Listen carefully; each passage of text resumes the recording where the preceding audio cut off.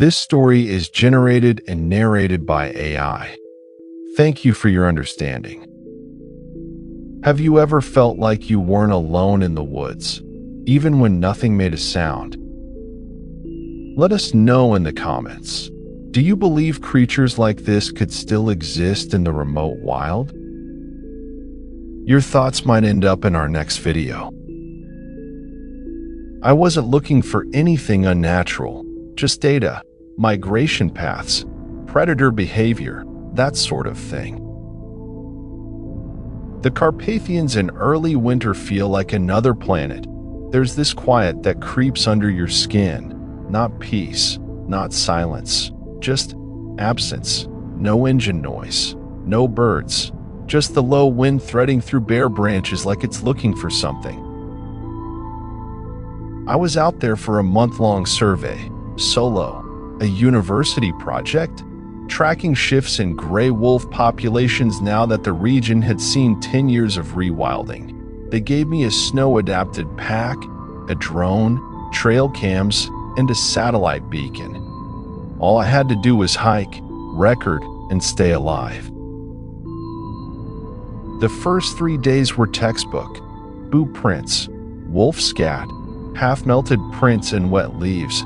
I followed a known trail, camped near a ridge, and noted a series of kill sites: rabbits, birds, nothing strange, until day 4. I found a carcass, a juvenile wolf, maybe 2 years old, dead, but no blood, no wounds. Its fur was matted with frost, and the body looked oddly empty, like the warmth had been sucked out of it, like a taxidermy that hadn't been stitched closed. I crouched down, poked at the ribs with my knife handle. No punctures, no broken bones. The eyes were open, not glazed, just dull. Its mouth was slightly parted, the tongue shriveled like it had been freeze-dried.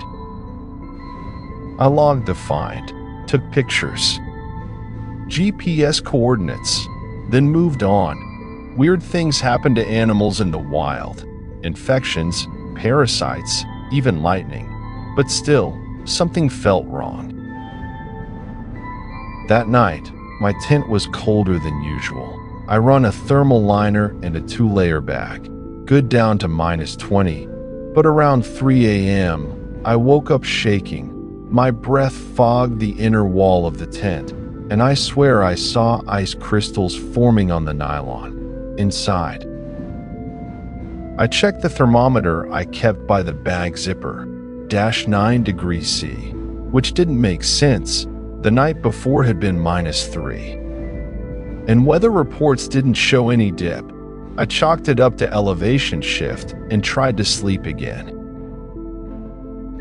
Next morning, I found prints, not mine, not boot prints. For impressions, deep, even, symmetrical, not like paws. They were too clean, like the ground hadn't resisted at all, like something placed itself down without ever pressing weight.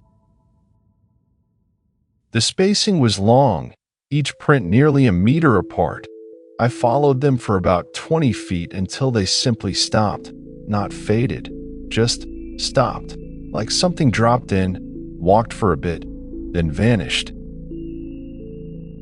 I didn't like it, so I backtracked, packed up, and shifted camp 2 kilometers northeast, deeper into pine cover. The radio was still quiet. GPS was working. I figured I was just letting the woods get in my head. But I noticed something else. Birds. There were none. No crows, no hawks, no songbirds, no droppings on branches, no feathers, nothing. Even in winter, the forest is chatter, but here I only heard wind, and that wind was starting to feel cold in a different way. On day 6, I found another kill. This time, a deer. Again, no blood, no tearing. It had just dropped, stiff as stone, tongue stuck out and blackened with frostbite. Its eyes were boiled white, not gouged, not injured, just cooked. I started placing trail cams, thermal sensitive, motion triggered, set them in a wide radius, facing into animal paths, hollows, and ridge lines. Whatever was doing this wasn't a normal predator. I was hoping for a bear. At least bears made sense. That night, I stayed up. No fire, just a single headlamp on red mode, listening, and around 2:30 a.m., I heard it. Not footsteps, not breathing, but the cold returned, this creeping pressure like a shift in barometric weight, like the atmosphere itself was dropping, and then I saw the mist moving across the ground, in lines, like something was dragging invisible ropes through the frost. I held my breath, watched the cold mist slither past the edge of my camp. Where the moonlight broke through the trees, it didn't swirl. It moved in threads, guided, directed, like something was shaping it. And then it was gone, just gone. In the morning, one of the cameras was missing, not broken, not torn down. The mount was intact, but the unit had been unscrewed and taken. The snow below was undisturbed.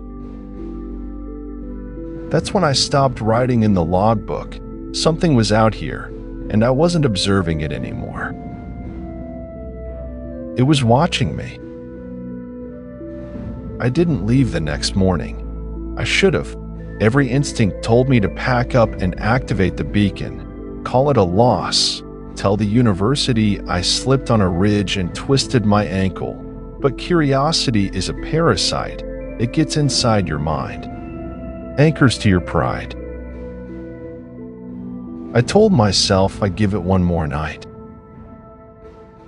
That day, I swept the area where the trail cam had gone missing.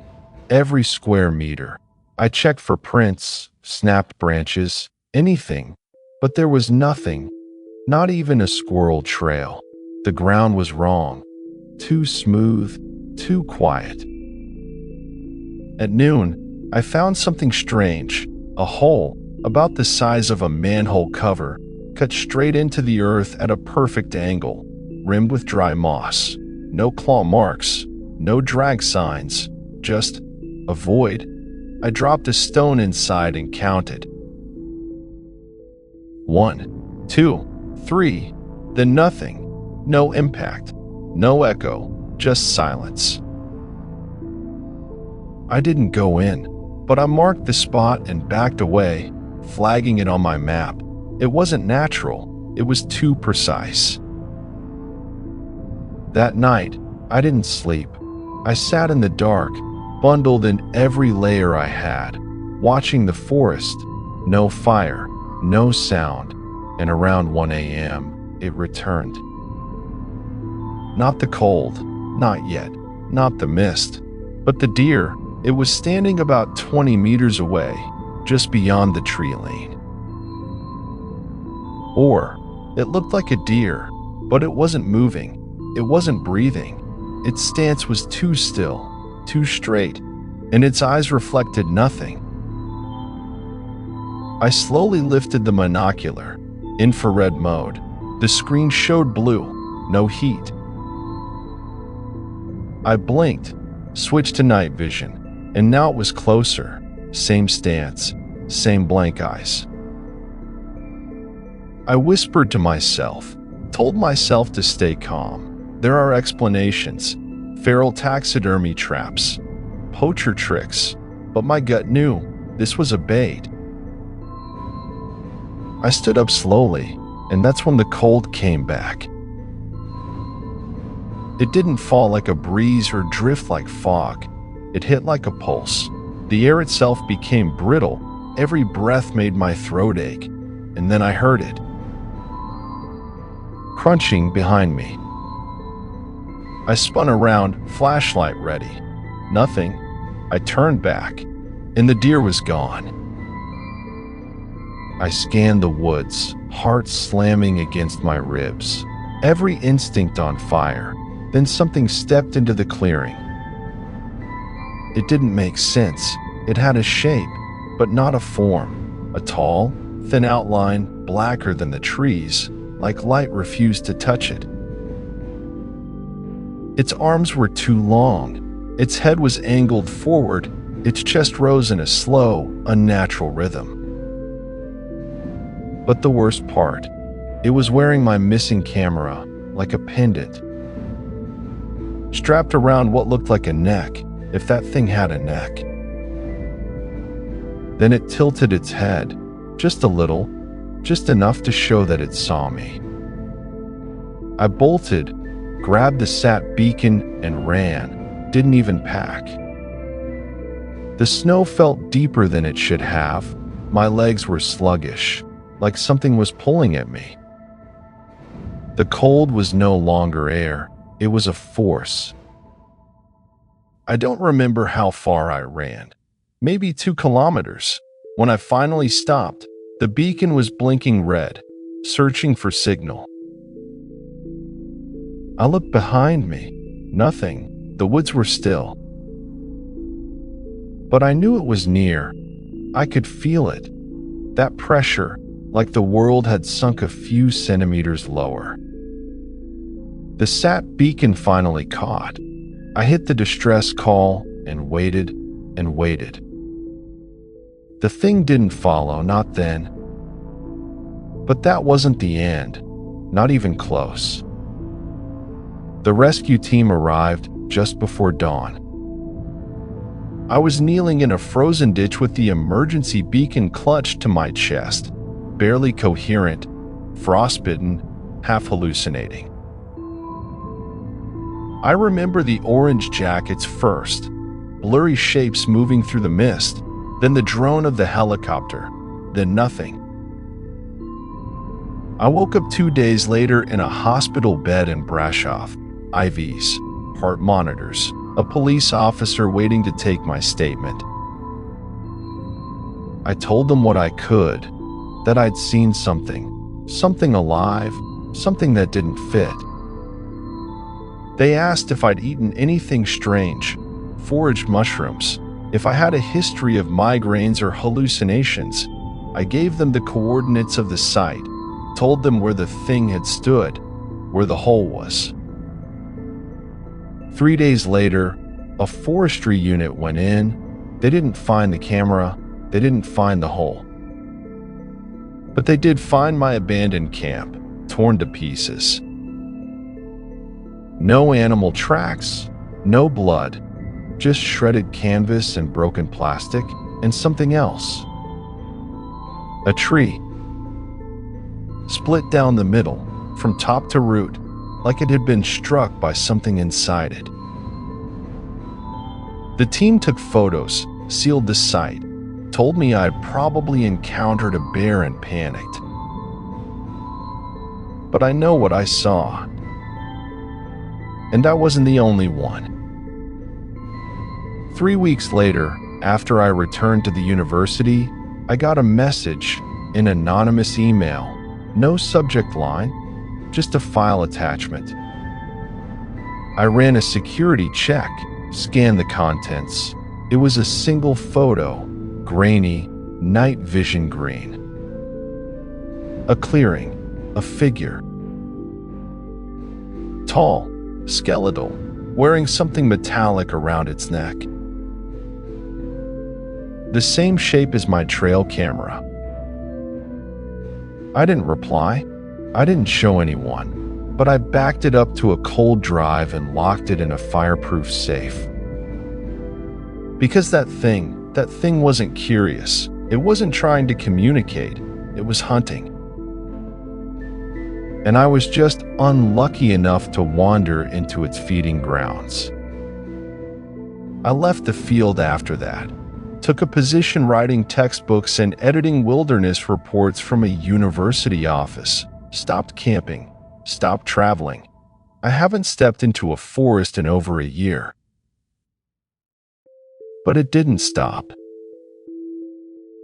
Last month, a student of mine, a bright kid, first-year zoology, sent me an article, No context, no intro, just a headline.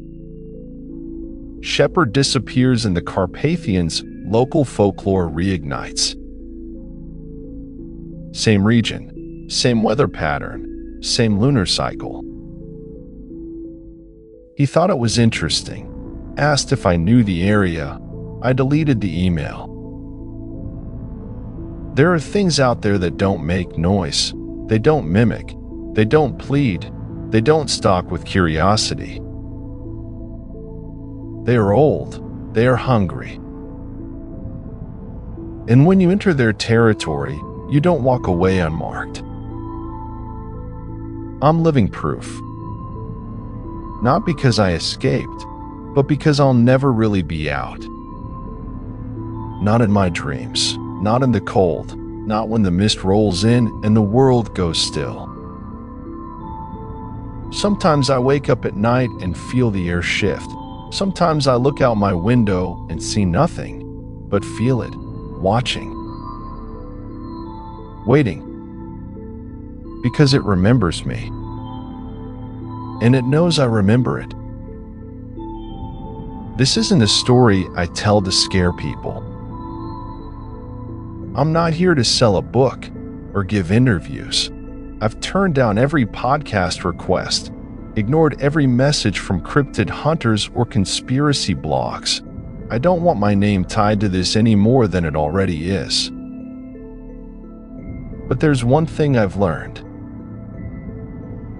Survival doesn't mean you walked away whole. Sometimes it means the opposite. Because what happened to me didn't end in that clearing. It didn't stay in the forest. It came back with me. Every time I close my eyes, I still see its silhouette standing motionless in the trees, like a dead tree that shouldn't be there. And worse than seeing it, I hear the silence. That perfect, predatory stillness when everything living goes quiet. That silence haunts me. I know how absurd it sounds to say I'm haunted by something that made no sound at all, but that's what made it real. I wasn't chased. I wasn't hunted through the trees in some frantic bloodbath. There was no cinematic climax. Just methodical presence, a thing that watched, moved, closed in, and then chose not to kill me. Not because I earned mercy, but because it let me go. You don't forget that. You don't wake up one morning and just stop checking the windows. You don't hike again. You don't sleep through a full night. Some people survive a plane crash and become fearless. I survived the thing the world doesn't admit exists, and I became terrified of silence. The Carpathians are full of places that never see footprints, old-growth forests that don't show up on updated maps, hollowed-out terrain no satellite ever really captures clearly. I used to think those places were ecological treasures. Now I wonder if they're boundaries, zones left untouched not out of respect, but fear. We didn't preserve those woods. We simply never made it out. Sometimes I think back to the trap it made, the way it broke the branch, left a mark, guided me. It wasn't just tracking me, it was playing with me. That's the part that never leaves me. It had agency, intelligence measured in instinct, not language, not mimicry. That's what I meant when I said it was pure, not evil, not curious, not testing, just efficient. There was no lore, no warning symbols carved in bark, no whispers of ancient curses, just cold forest and something older than us moving through it. And if that was one, just one surviving member, then the rest are out there, sleeping, hunting, or worse, learning. I've told this now so that someone else, someone smarter, might understand what I never could. But let me be clear. If you find a place where everything falls silent, where the birds don't sing, where the trees seem wrong, turn around. No photo is worth it. No footage, no thrill. Because if you wait there long enough, if you go deeper, if you stop and listen, you won't hear a growl or a whisper or a snap. You'll hear nothing. And that's when you'll know it's already watching you. Just pray it's not hungry. If you made it this far into the darkness, you're one of us. Do you think the hollow silence was a one-time encounter or just the beginning? Comment still out there if you think more are hiding in the wild. And don't forget to subscribe for more cryptid horror from Whispers in the Shadows.